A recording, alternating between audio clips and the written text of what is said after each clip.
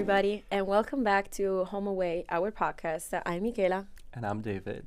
Okay, so today's episode is going to be a very special one. In this series of episodes, we've been talking about the concept of home in the many shadows that he can have. We talked about home as a place that has a deep connection with you. We talked about home as something that you have to cultivate, or home as something that you carry with you. We talk at home like the people that you meet, or the people that you don't even choose, that you just find and you have to stay with.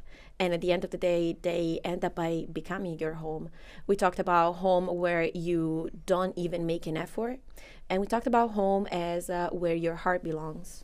And on our episodes, we talk with international students too, who explain to us what their perspective of home is, as well as local ones. And I feel like this allowed us to navigate all the different perspectives and shapes that this concept can have. And we have also heard stories about identity, belonging, culture, and what it means to build a home in a new place. And today, we're going to have a very special episode. Yes, today we're going to localize our episode, and we're trying to see how can a campus, and in particular our campus, be a home. And who better to explore what with than someone who helped shape that experience every day. So we're very, very honored to have here today with us Chancellor Cummings. Thank you for being here. Thank you for taking some time in your super busy routine to be here with us and just talk with us in this room. Sure. Great, Michela, David. Thank you guys for asking and to hear you summarize what you've done. I think you've said everything I planned to say. No, don't worry. We're going to take it out of you. Yeah. You know, there is a philosopher. His name is Socrates, of course, you guys know. And he talks about the myotics, which is the idea that the concepts are inside you. It's just about having somebody asking you the right questions to take it out. But the knowledge is already inside you. So we're focusing today on the concept of home, as you heard. And so we want to start, as we always start, by asking you, what does home mean to you personally? When you think of home, which pictures that come up to your mind? Well, obviously the first picture for me is I grew up in a home 3 miles from where we're sitting on a 25-acre farm, second youngest of 9 kids. Stay-at-home mom when it wasn't a thing. She stayed at home because she had to take care of 9 kids. Dad was a minister. And so my home, I grew up with a place, I remember feeling secure. I remember feeling safe. Cared for, and I belonged, and that gave me the foundation upon which I built. It gave me the courage to eventually leave home and to pursue my educational career. So, you know, home as I think about it in that terms was a very physical place, a warm place, and I think that's so important. You know, that you have that when you're growing up, especially you're 4, 5, 6 years of age, and everything centers around that feeling of security. And then home can be other things as well, which we can talk about. Yes. So what's your educational journey look like? Which places have been feeling like home to you? So I left home at 18 and had never been away out of Robeson County, which is where we're sitting, and I went to Chapel Hill. And I moved into a dorm with 1,000 people in that dorm. And that was took some adjustment, and it did not feel like home. And the campus didn't feel like home. And so what we did is when I went to UNC Chapel Hill, I had several friends from this area who went with me, and we created our home. And we created that home by meeting together every Thursday night and having a potluck dinner. And I looked forward to that because the rest of the week you're here, you're there. It's a massive place, and you're all over the place, and you see people that you see them one time and that's it, kind of a thing. But we would meet together Thursday night. And most of us were from this region, and most were Lumbee Indian. So we created the Carolina Indian Circle, which I'm proud in 1975, and I'm proud to say it still exists. And I recently went back some time ago and gave a speech for one of the reunions and so forth. So And that I'm told that the Carolina Indian Circle at Chapel Hill continues to provide a home. It gives folks, especially if you're coming from a place like Robeson County, you know, a small rural area, and it just I think gives people a sense of belonging and identity with when you're in a big place. And then I left from there, and you know, you grow and you adjust and you get comfortable. And I left from there. I went to Duke to medical school, and again, a lot of non-Southern people, and you know, we Southerners have this thing about being hugging and being warm with one another, and just sort of letting down all the defenses. And so Duke was a different experience for me, but I found my home there. I was married at that point, and I had 2 children, or one daughter, and so home at that point became that physical place. And then, you know. Yeah, food has been such a recurring theme in all the episodes that we've been having. Food was always in the middle. Food was what made people feel home, and it's such a real thing. I'm reading a book now in my Native American literature class. It's called The Moral Thieves, and it basically talks about these dystopian world in which nobody has the ability to dream, but just this group of Native American people have the ability to still dream. And so the other community are trying to steal their moral to have their dreams, to take their dreams and to put them like with injections in other people. Wow. And I think this is amazing. And they're talking about, how the same community, people from the same community have the same language, have the same thing that connects them together, and they are able to create their little family, their little home in the middle of this dystopian world. And I think this is beautiful, and this connects so much to the group that you created in your school. And you're a Pembroke native, so I would like to ask, now you leave the university where you in the place that you grew up. How does it feel to serve the place that shaped you? That's a great question. It is an honor, but it's also a burden, because I realize, being from the area, and I know how much this university means to this community, and especially to the Lumbee tribe, because the 7 American Indian men from the tribe started the university 139 years ago.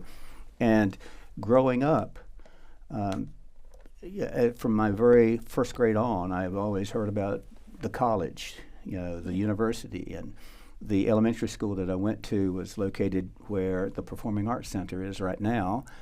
And so every day I would ride by in this state-owned bus 315, and I would look over and I'd see these buildings, and I'd see people that didn't look like me, and when I talked to them, they didn't have my Southern accent and so forth.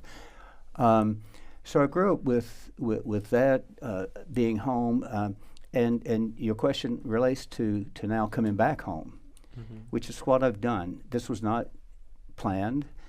I didn't grow up saying I want to be the chancellor at UNC Pembroke. I grew up saying I want to be a doctor, and then I said I want to be a heart surgeon. And at some point in life, that door closed because of a health issue. I had 12 years of operating on hearts, and it was really, really wonderful. So to have the opportunity to come back now to where I grew up was daunting in a way. And it was daunting because I know the pressure that this university must succeed, and it must do well, because there's so many folks whose life is built around it. Whether you're here as a student or whether you're just in the community, it's still the university. I had a friend who came down from, was Lumbee, and came down from New Jersey, and there's a Pequot tribe up in New Jersey, Connecticut area.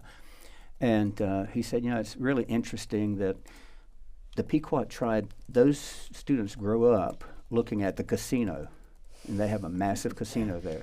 And the casino is going to take care of me. The casino is going to send a check to me. And so that's the way they look at why I grew up. Education is important. Education is going to take care of me. And it was such a marked difference, as the two of us talked about, that difference of up there, it's the casino, here you're looking at the university, which is why I think many folks who grew up like I did have been successful using the promise, the pathway of education.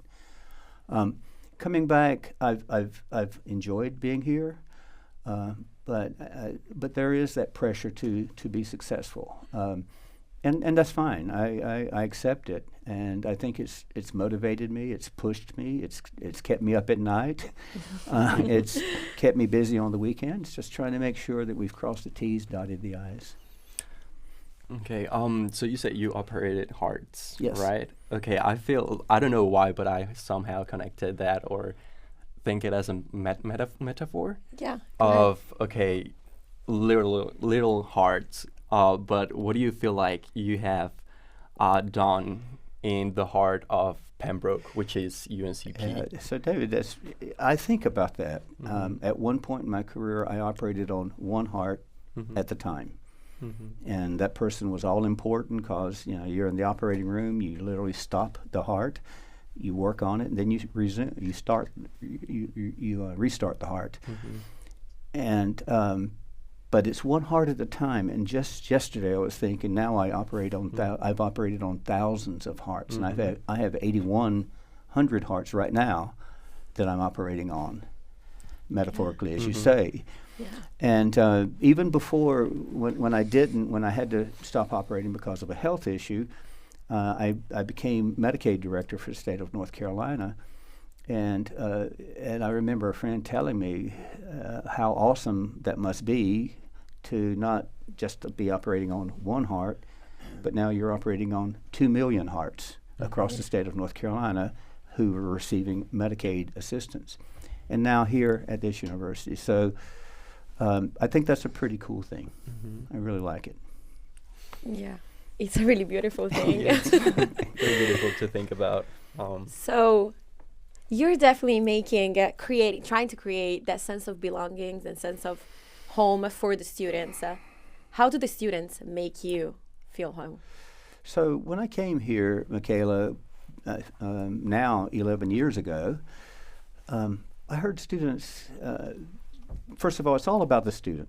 Yeah. And I've said that from day one. It's all about the student. And I remember telling the interviewing committee that if I'm faced with a question, the first question I'm going to, with an issue, the first question I have to answer is this good for the students? Yeah. Is this good for the students? So it's all about the student.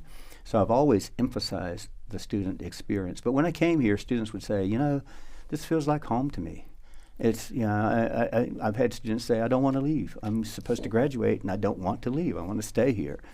I've had students tell me I've got the cell phone for every one of my professors. They talk about this closeness, this security.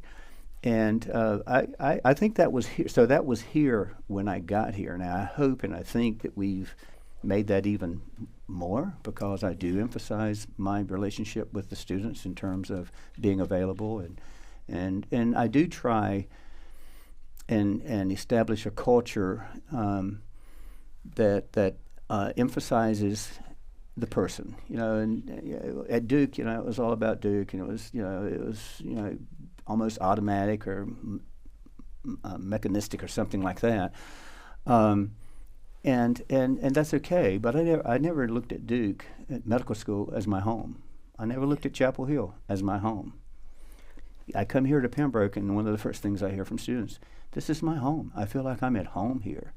And I think that's because of that sense of belonging, that sense of security, the same thing that I had at my home when I was growing up with my 8 brothers and sisters, that sense of security, that sense of belonging, that sense that you matter, that it's important. And that, I think that the faculty here, the staff here, do a fantastic job with the students. And so I think Pembroke, obviously I'm biased, but I really do believe this university is different. Yeah. It's different in the sense of that. And what is that? That is that sense of that you matter. Yeah. That you're important, that you're here to get your education and we're here to educate you, but we're also concerned about you, the person. I mean, I've gotten to know you well over the last 3 years. Yeah. And great ways. We've interacted on many occasions, and you wrote me one of the most heartfelt letters that this past Christmas, and I put it in that box that I keep things that I want to keep, so that when I'm 90 years old, I can pull that box out and read. I don't know if that happens other places. I don't know if I put a call out to my fellow chancellors and said, have you ever gotten this heartfelt letter from one of your students?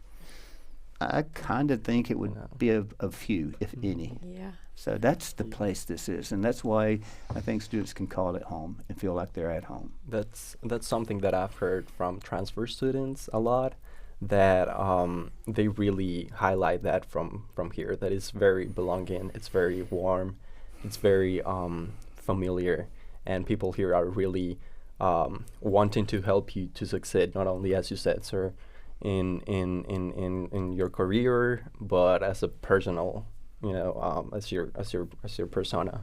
So Yeah, I wanted to add, during this series of podcasts, I realized that what makes you feel at home is the idea, also in between the many things, the idea that you are somebody, like you're not just there. When you go to a big university, like 50,000 people university, you're just a number. You're just somebody in many people. When you're at home with your family, you are that person. You are that son. You can be nine people, 9 kids, but you are that one. They know you. They want to shape you. And when I came here to UNCP, I was so lost. I was completely lost. I wanted to leave my house because I had developed some issues with my house, and I had lost completely the sense of what home meant. I had no idea. I just knew I wanted to leave. I just knew that didn't feel like home. When I came here, this place didn't try to grab me and, tell me like, this is your new place. This is where you're going to grow for your whole life. Now you have to stay. This place and all the people helped me fix that mindset that I had, that feeling of loss that I had created, developed towards my conception of home. I hated home when I left it. And my parents were amazing, but I hated it. But it was just something in my mind. It was not the place. It was not them. It was me. And coming here, I received so much love, so much care, so much closeness, so much warmth, that I realized that everything was just on me. And once you fixed your mindset, when you have the people next to you that want to support you to fix your mindset, then you can go back and you can face everything that past in the days had been like a difficulty to you. So, yeah. I've heard that so many times. I'm a name, not a number. Mm-hmm. I had one of my trustees who went away to another big school here in the state, and we were talking at a dinner one night, and with great emotion. So, again, this whole thing that we're talking about UNC Pembroke being a home is not new, because this was a trustee who was here maybe 30, 40 years ago, probably 40 years ago.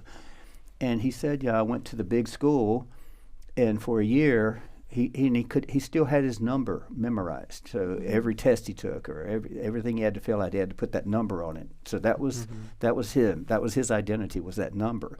And he still could remember it, like you remember your Social Security number. And he said, then I got lost there, big situation. I didn't feel like I was succeeding. He comes to Pembroke. All of a sudden, I'm a name. I'm a person. Yeah. And you come into the classroom, and the professor's asking you your name, addressing you by your name, and, well, you didn't come to class yesterday. What's going on? Are you okay? And he said it was all of a sudden that's what he needed to succeed. Mm-hmm. And I've heard that story many times. Tell you a story. I went to China to visit when I came 10 years ago, and we in the city, Beijing, we had one of our students who was a Chinese student here back in the 80s or 90s, probably late 80s, and his Chinese name was Chuck. So Chuck was now head of a very well-known hospital in Beijing, and they were specializing in taking care of athletes. Mm-hmm. And just very well known. So I was there. I'm a doctor. And I said, I want to visit Chuck. I want to see his hospital. And we go in, and I meet this person. I've never met him before. And he comes toward me with tears in his eyes. And he says, I can't believe my chancellor has come to visit me. Now, I've never met him. He just knows I'm the chancellor at UNC Pembroke. And he big bear hug. And then he goes into how when he came to Pembroke, how he was accepted, how he ended up going to one of the local churches, which he says, I don't even believe in that particular faith, but I went because the people were so warm, and his wife was here. They had a child here, and how folks gave gifts and so forth. And so he leaves in the late 80s. I show up in 2016, and his response is, tears in his eyes, I can't believe my chancellor has come to see me. Yeah. Wow. That's Pembroke. That's powerful stuff. That's Pembroke. The word "my" that you said, "my," like "my," as if this school was yours and you were of this school. This feeling of connection would never ever anywhere, I think. Go ahead. It's a small world. Yeah. It's a very small world. That's all I have to Small say. world. And I've had experiences with a lot of the international students. So there is, home can be that physical place, but home can also be a feeling. I read that once a long time ago. I was preparing a speech for Mr. Jim Thomas, who's a very large benefactor for the university here. And Mr. Thomas left Pembroke when he was in the 10th grade. His family moved to Ohio in order to make a living. His dad had to leave, and so they go to Ohio. But Jim was in the 10th grade when he left. And he subsequently goes to school in Ohio, goes to law school, ends up in Los Angeles, forms a large, super successful commercial real estate business, becomes a very wealthy man. And in the 80s, he starts coming back to Pembroke. And he starts helping. If you walk around this campus, you can see several building rooms that are named for him. And now we have the Thomas Hall, where our Thomas College of Business is located. But I asked Jim, you left here in the 10th grade. Why are you coming back? And he said, I don't know. He said, but up until the 10th grade, he talked about having that sense of security, that identity. And he said when he left and they went to Ohio, it just stayed with him. And he always had this feeling in his heart about home. And I told him about that saying that home is not just a place, it's a feeling. And again, he got very emotional and he said, that's exactly what it is for me. It's a feeling. And when I come here, I feel at home, even though most of the folks that he probably knew at that time are not here. But he just identified by the 10th grade, and I found that so phenomenal. And he's now come back and look at the change he has done. We got the A.S. Thomas Center, we got the Hub, Thomas Hub, we've got the Thomas Hall with the Thomas College, just because this is his home. Yeah. This is his home. Yeah, and what's so special about this place is the feeling of satisfaction that it gives you in not having anything, because we can say that there is nothing in Pembroke. There is nothing around. You should have seen it 20 years ago. Thankfully, But yeah, especially with the progress and the modern era, we have this chance that we can see the whole world. We have the world in our hands. We have such a power with technology, with everything we can do, and we can literally live in every part of the world. And that was my idea before. But I also think that this idea comes with a feeling of probably kind of inner unsatisfaction, that you have to see everything to be satisfied, But here, you come here in the place in the middle of nowhere with nothing to do, and you just don't want to leave. Yeah. Like, this place grabs you. This place makes you feel as it is enough. Like me, when I first came, I had my plan. Okay, I'm going to do this university. I'm graduating in 3 years. Then I'm going to start another one in Italy, because I also have to graduate with the Italian crown on my head, of course. Like, and now I'm here, and I'm like, I don't even need that. I don't need that. I had enough. Like, I had what I needed. And now I can just keep working, like going farther, but not keep trying to put things in the big bag and trying to make the bag bigger. I can just keep going forward. Like, be saying light and just keep going without having to add meaningless things just because I had this idea that this would bring me satisfaction. You've grown up. I grown up. You've grown up and you've realized what's really important in life. Yeah. And I'm a few decades beyond you guys, and I can tell you as you go through life, certain things become far more important. Yeah. Health becomes very, very important. Good health is very valuable. Time becomes very important, because you realize there's just a finite amount of it. And you want to fill that remaining time with things that are important. And again, that goes back, David, to your question of what me being here. I feel like I'm feeling, and I'm 70 years old, so I know that there is a horizon coming. But I want to fill that remaining time with something that matters, something that's important. And I've been asked, well, when you leave here and you look back, what's going to be important to you?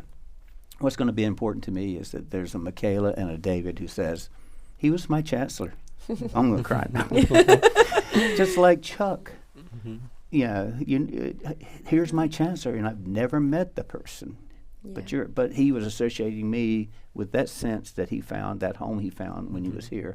But that's what I want.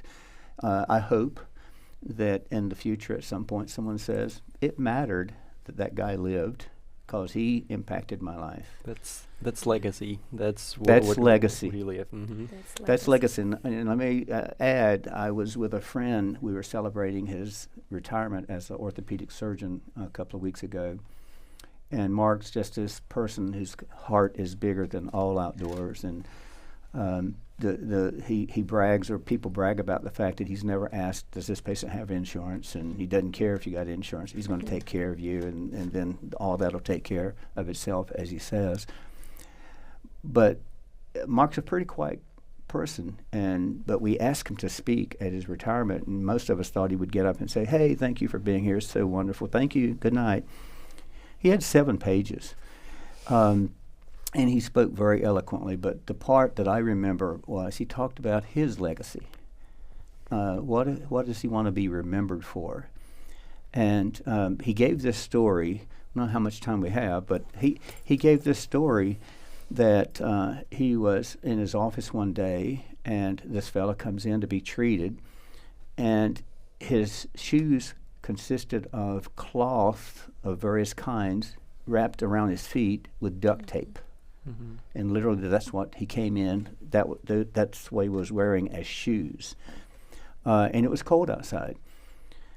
Mark, my friend, is diabetic, so he has these special diabetic shoes. They're a little bit larger, and then they, trying to protect the feet.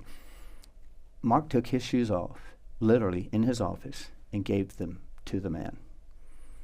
And the fellow walks out with these shoes. Gives him an appointment to come back in 2 weeks, though, to follow up on him. He comes back in 2 weeks, and he's now got his feet wrapped in cloth with duct tape. So Mark says, I gave you those very $1,000. It cost me $1,000 because they're special shoes. What did you do with them? He said, I saw someone who didn't have shoes, so I gave them to him, to that person. Mark's point being is, legacy is not what you do. Legacy is what the people that you impact will do. So the point being is, he gave the guy the shoes. Then the guy found someone else who needed the shoes, he thought, more than he did, and he gave. So Mark's legacy is not only the guy he gave the shoes to, but also the person who got the shoes the second time. I feel it's the knowledge you share with people, and what they do from what they learn from you. Yeah, and what you can do because of what others do to you. Yeah. That's a very silly example, but 2 days ago I had the worst day of my probably life here. And I called my friends and I was like, guys, I need to talk to you. Like, I need to talk. They came and we had like 2 hours talk, and they just relieved me. Like, I felt like another person. And then after 10 minutes that I got home, my friends called me and she was like, I need to talk to you. Like, I can't. We talked. And I realized that I was able to talk to her and help her without all the things that happened to me that day because of what my friends had done on me. And I just felt so much at home. I just realized that without them, I wouldn't have been able to help the other one. And this is the same thing that you have been saying. Without their impact, I would have never been able to make an impact on another person. Exactly. Pay it forward. Yes. Pay it forward. So. Yes. I would like to I would like to go a little bit back when we were talking about staff and the faculty. They all make a great job to make this campus feel like home. Now, what do you think are some responsibilities that students have to make that feeling of home? be successful. Mm-hmm. Because they're pouring their life into you.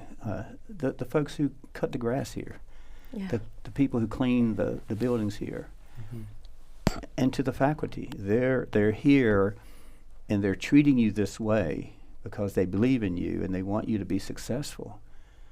So you pay that back by being successful. And success can mean a lot of things. It's not just money.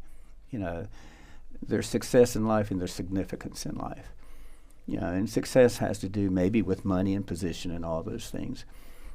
But I want you to be significant. I want you to go out and, as you say, Michela, you do something for someone else. That's significant. Success is what you do for yourself. Significance is what you do for others. And then that's also legacy. So I think if you want to pay those people back or honor them, study hard. Yeah. Do what you're going to do in life and be successful as you define success. Yeah. And be happy, really. Yeah, and smile to them. Literally just smile to them. I have, a few days ago, I was just walking, going to my internship. It was like 7:30 in the morning. It was like 7:30, I was reading it. And I saw this facility man, and he just said, good morning. And I smiled at me back, and I was like, good morning. And I was just in my thoughts. I didn't realize I smiled, and it was like, you just made my day with that bright smile. And it was like 7:30. And I just realized how everybody, it's, as you said, is here for you. Like every staff you're going to find on campus, every facility man, they are here for you. Like they just want to see you grow. You just have to make them proud. And they're going to feel proud because they're going to feel in whatever they were able to do, that they gave an impact on you. They shaped you a little bit. Even just because they maybe just took the rubbish before you passed in the morning so that you were going to have a good morning and a good pathway. But still, everybody feels like they're making an impact in you, and you just have to your own possibilities, make an impact in them. And that's home. That's the And community. That's community. That's home. community, Yes. exactly. Yes, yes. I think we need So, to wrap up now. yes, I think we got to this great point. I think today we've been focusing on some great topics. We've been focusing on legacy. We've been focusing on being satisfied. We've been focusing on giving back, doing what matters. And especially we got to realize that home is when you matter, is when people know that you're here. There is a sentence that I know of that it says in Spanish, no es existir, es sentirse vivo, which means it's not existing, it's being alive. It's a different thing. It's not being there, it's being here for somebody. It's being here for somebody, with somebody, and being somebody. And if you realize that you are somebody, you're going to be somebody for someone else. And that someone else is going to be somebody for you. And that's how you establish a feeling of home.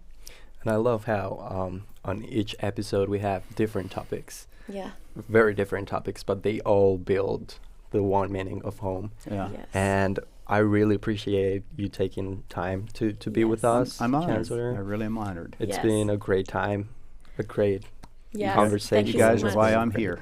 Yes. Thank you so much for being You're here welcome. today and for being here and for making this place feel like home for us. Thank you. You're welcome. All right. So this was the end of our almost final episode of this podcast. Episode 5 is almost concluded. We'll see you guys on the next one. Thank you, David, for today. Thank you, Michela. Thank you, Chancellor. You're welcome, guys.